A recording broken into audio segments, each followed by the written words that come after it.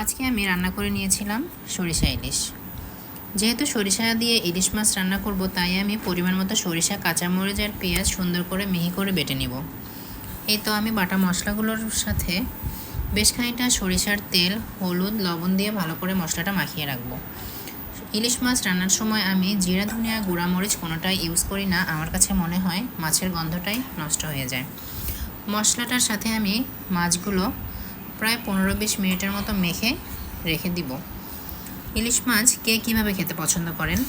ইলিশ মাছ এমন একটি মাছ, এটা দিয়ে বেগুন, কলা, যে কোনো তরকারির সাথে ইলিশ মাছ খেতে অনেক ভালো লাগে, কিন্তু আমাদের বাসার সবাই সরিষা ইলিশটাই বেশি পছন্দ করে। এই তো মাছটা আমি চুলোয় বসিয়ে দেওয়ার পরে বলক এসে গেলে মৃদু আঁচে রান্না করে নিব প্রায় 20 মিনিটের মতো। ইলিশ মাছটা জাল কমিয়ে রান্না করলেই টেস্টটা ভালো পাওয়া যায়। মাছটা আমি খাবার জন্য রেডি করে নিয়েছি। এই তো মাছটা দেখতে যেমন লোভনীয় হয়েছে, খেতেও অনেক টেস্ট ছিল। ভালো থাকবেন সবাই। আসসালামু আলাইকুম।